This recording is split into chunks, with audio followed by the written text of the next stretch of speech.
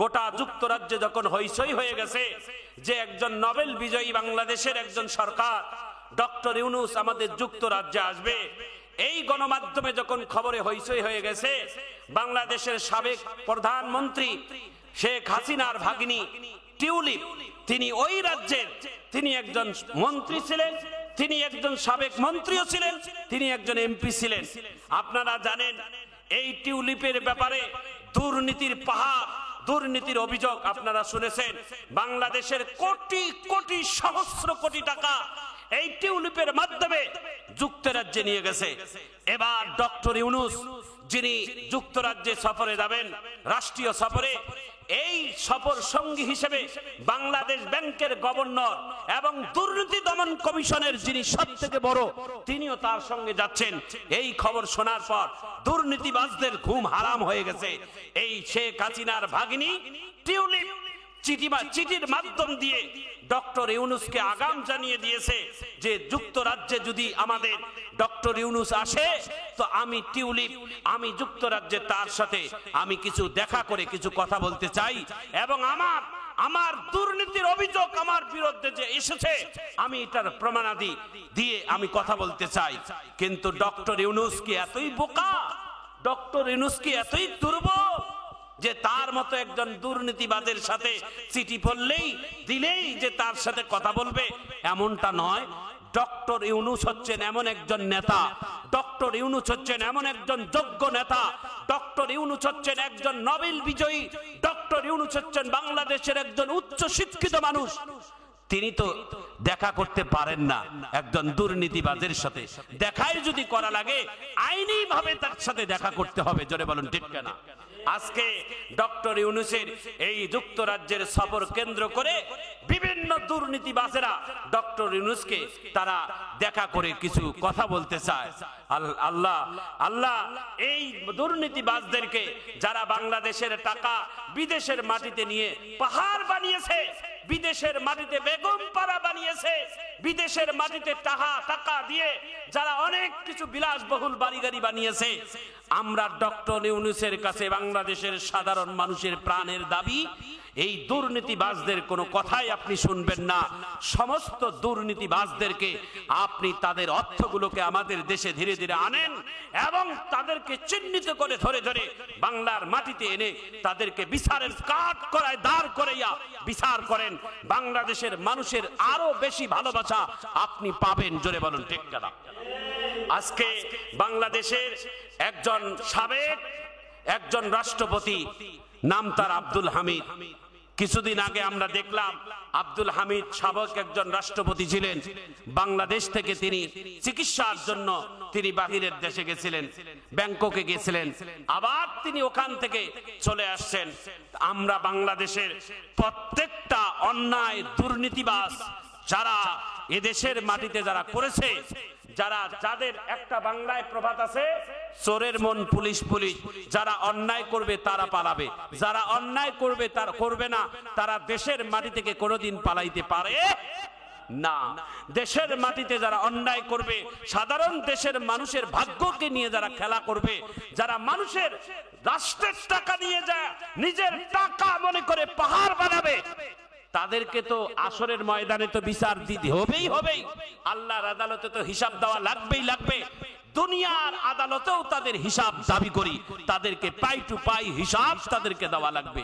কলার গাছ হয়ে যায় একেবারে 2 দিনেই একে সাধারণ মানুষ থেকে বিশাল কিছু বিলাসবহুল গাড়ি বাড়ি টাকা পয়সা হিসাব নাই, এমনটা যেন না হয়।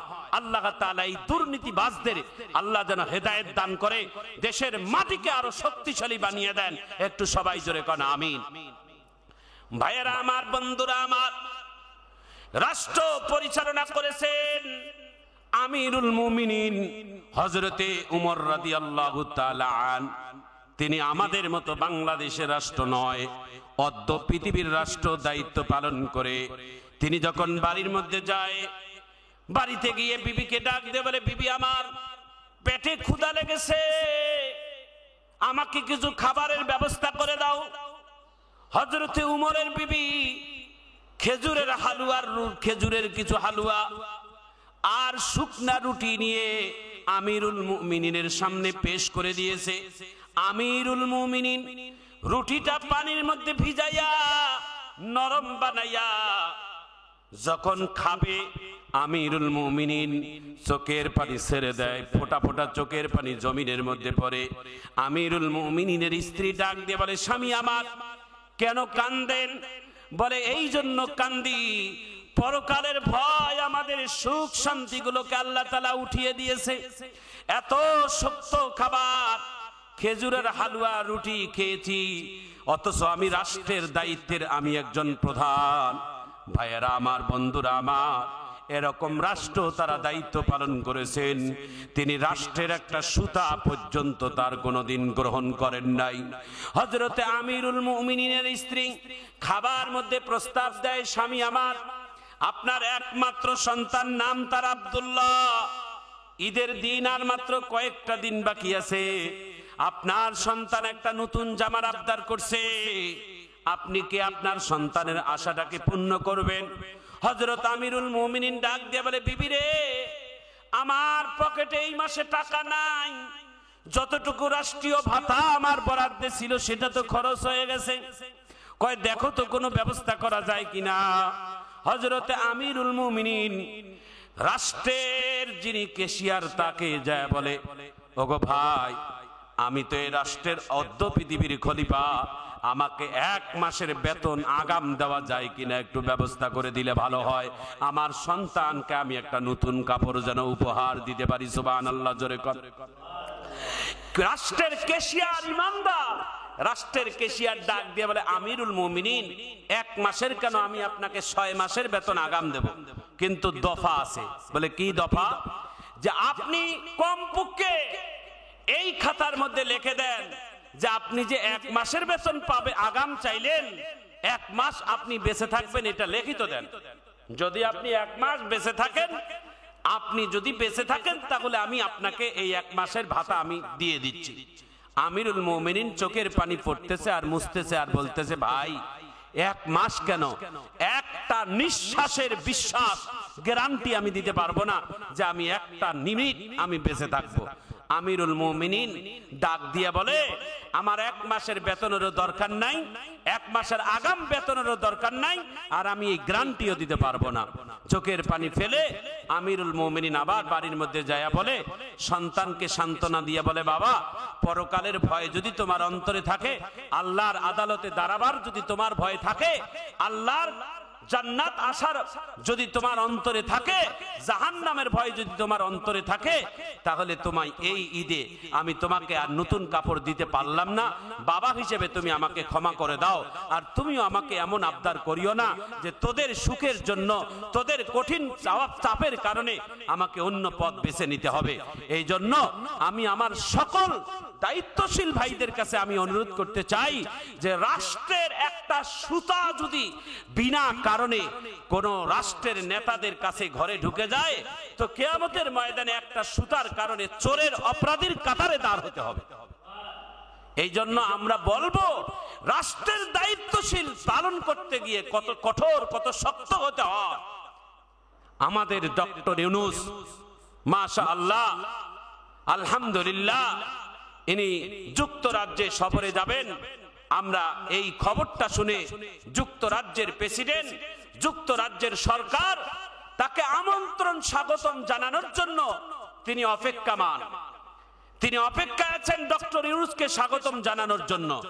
কিন্তু ও দেশের সাবেক একজন সংসদ সদস্য, সাবেক একজন মন্ত্রী, যিনি বাংলাদেশের 3 বারের প্রধানমন্ত্রীর ভাগ্নি, তার নাম হচ্ছেন টিউলিপ। এই খবর জানার পরে টিউলিপ তিনি একটা চিঠির মাধ্যম দিয়ে ডক্টর ইউনূস বরাবরে তিনি একটা চিঠি লিখে বলছেন, এই যুক্তরাজ্যের সফরে আমি ডক্টর ইউনূসের সাথে সাক্ষাৎ করতে চাই। আমার খালা রাষ্ট্রনায়ক শেখ হাসিনার বিষয় নিয়ে, শেখ নেহারার বিচার নিয়ে, শেখ হাসিনার বিষয় নিয়ে, এবং আমি টিউলিপের বিরুদ্ধে দুর্নীতির কিছু বিষয় নিয়ে আমি কিছু সাক্ষ্য প্রমাণ সহ আমি কিছু কথা বলতে চাই ডক্টর ইউনূসের সাথে। ডক্টর ইউনূসের যিনি একান্ত সচিব, তিনি বলেছেন, তার সেক্রেটারি তিনি বলেছেন, এমন কোন চিঠি এখন পর্যন্ত ডক্টর ইউনূসের হাতে বা আমাদের বরাবরে আসেনি। এটা গোটায় ভুয়া, এটা মিথ্যা কথা ছড়িয়ে দেওয়া হয়েছে। প্রিয় ভাইয়েরা আমার, প্রিয় বন্ধুরা আমার, যেটাই হোক, আমরা যেটাই খবর শুনতেছি বা শুনি, আমরা একটাই বাংলাদেশের জনগণ, আমরা এদেশের প্রধান উপদেষ্টার কাছে জানিয়ে দিতে চাই, কোন দুর্নীতিবাজের জন্য আমাদের দেশের সরকার, আমাদের দেশের প্রধান উপদেষ্টা আপোষ করতে পারে না। আমাদের দেশের প্রধান উপদেষ্টা ডক্টর ইউনূস এমন একজন লোক, যিনি গোটা বিশ্বের নোবেল বিজয়ী, যিনি সত্যের জন্য কাজ করে যাচ্ছেন, ন্যায়ের জন্য কাজ করে যাচ্ছেন। দুর্নীতিবাজদেরকে যেন কোনোদিন তিনি জায়গা না করে দেন, দুর্নীতিবাজের কোনো কথা যেন তিনি কোনো না শোনেন, এটা আমাদের প্রাণের দাবি, 18 কোটি মানুষের দাবি। এবং ডক্টর ইউনূসকে তার সঠিক পথে, তার সত্যের পথে অটল থাকার জন্য এদেশের জনগণের আমাদের আহ্বান।